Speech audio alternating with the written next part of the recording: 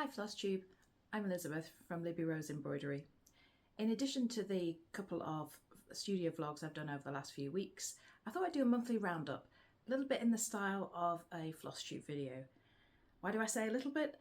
Well, because most Flosstube seems to be mostly exclusively cross stitch, and obviously there's nothing wrong with that. But I do all sorts of embroidery. Sometimes, I do some cross stitch, sometimes I do some hardhanger like this cushion, sometimes some canvas like this pin cushion, or other things. Lots of different types of embroidery. I also like to do our own knitwear. So there'll be all sorts of different things to look at. I haven't done any cross stitch for a while, but there is a kit about to start, so those of you who are very keen cross stitchers will be interested in that. The other thing that I say a little bit like a Flosstube is because I'm not going to sit here and hold up my projects. Again, there's nothing wrong with that, but some of them tend to be on frames that are quite heavy and cumbersome, and it's not really going to work. So in order for you to be able to see things properly, I'm going to get around the other side of the camera and show you them close up. So here we go. To be honest, September hasn't really been stellar, but I have finished this, which is something that's been ongoing for a very long time. So he's finally finished, and as you can see, he's in the process of being mounted. If I just turn him over, some of the stitching is done and some still needs to be done. But I'm hoping to have this finished and off for assessment this weekend. So that's something that I'm very happy to have achieved this month. Next is more mounting, which isn't yet finished. I did this upside down sampler as deep dive into gold work. Sorry, not quite central on the camera. So again, the basic stitching has been done on the back, but not quite ready yet. So that needs lacing. Hopefully I'll get the thread I need for that tomorrow and can finish that very soon as well. So that's really all I've done in embroidery over the last month, because just circumstances have not allowed. But there are other things in progress that you might like to see. This was one of the hand and lock courses. It was an artistic embellishment, and lots of beadwork, some gold work, some basic shading there. I love this, but there's some pieces here that need to come out and be redone.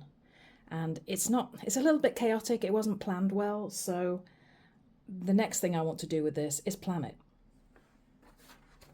So I've printed out a photograph of it, and I'll just cut out some bits of some of these less shapes and various other shapes and put them around and create a plan, and then transfer it onto this Paris chiffon fabric and then take it on from there. But at the moment it's a little bit too random, I think, to be attractive, or as attractive as I would like it to be. So I'm going to come back to that one shortly. Another hand and lock class, which I've still not finished,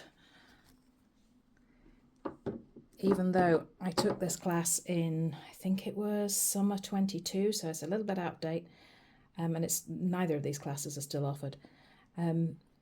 This I want to finish as soon as I can. I'm hoping over the next month that I'll finish the cotton motifs. So these 4 flowers around the edge, those are to be done, and this down the centre is also to be filled in, because that's with cotton, and then hopefully get on with the gold work. You can see here there's some outlining with some chipping in, and that have other pieces to go over there. It's kind of 4-way symmetry of a type.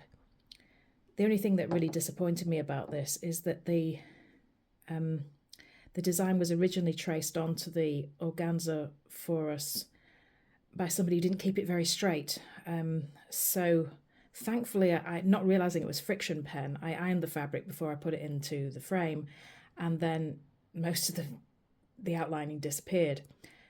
So I put it back in with a white pen, but I'm hoping that it won't show too much that it's still going off at a tangent. So I think that's making that a little demoralizing for me, really, because I know the things are not going to be equal and even, and I really would prefer if they were. But, well, The idea was to learn techniques, so once it's done, I'll put it in a place where I can't see it close up, and I think that will make me feel better about it. So that's what I'm hoping to get done with that in October.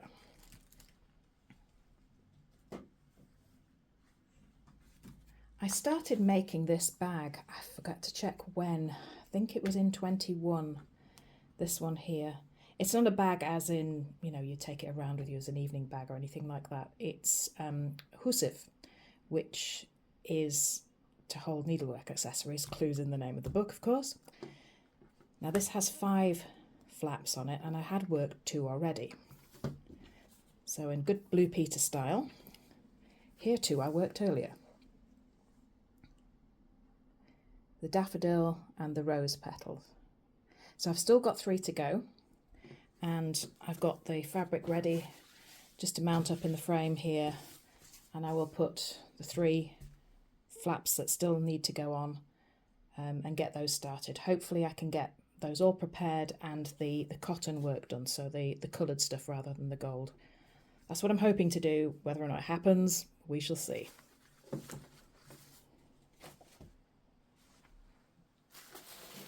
Finally, I've been wanting this cross-stitch kit for years, but it's so expensive. I think it's retailing at around about £50 now, which is a lot of money. So when somebody was selling it on Vinted recently for £12, I grabbed it. So yesterday, I got the fabric framed up. This is not the fabric that came with the kit. The kit came with Ada fabric, as you can see here. But I'm not really a big Ada fan, so I prefer to work on even weave. So this is 32 count Murano even weave. So hopefully there'll be a little bit of that to show next time. The challenge here will be, because cross stitch is relatively easy compared to some of the other stuff I'm doing, to make sure and not just focus on this one because it's easier. But hopefully, I'm hoping to get all these finished by the end of the year. Maybe a little bit ambitious, but if I can get a third of this done, then that would be good.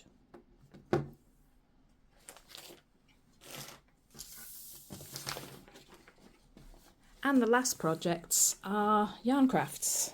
So we'll start with this one, which is proving to be a bit of a problem.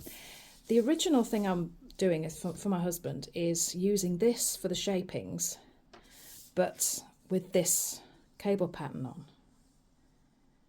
So I counted up all the stitches and worked it out, and I thought I got it right. But recently I did the first initial decreases for the sleeves and realised that I had fewer stitches left than I was supposed to have when all the decreases were done. So somewhere along the line, I've messed this up.